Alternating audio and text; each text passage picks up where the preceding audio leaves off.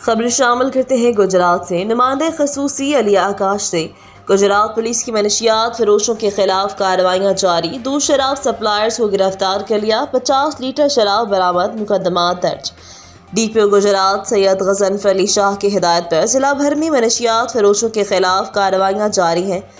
इस सिलसिले में SHO थाना सिटी लाला मूसा SI अदील बोसाल ने अपनी टीम के हमरा कार्रवाई करते हुए शराब सप्लायर्स मंजूम सुहेल और सनी सिकना मोहल्ला करीमपुरा को गिरफ्तार करके उसकी कब्जे से 40 बोतल शराब बरामद कर ली। दूसरी कार्रवाई में SHO थाना सदर सरा आलमगीर ने अपनी टीम के हमरा कार्रवाई करते हुए शराब सप्लायर शकील सिकना खोहार को गिरफ्तार करके उसके कब्जे से भी शराब बरामद कर ली। मुलजिमान के खिलाफ अलग अलग मुकदमा दर्ज। मजीद तफ्तीश शुरू कर दी गई। मजीद खबरों से बाखबर रहने के लिए विजिट करें rednews.pk।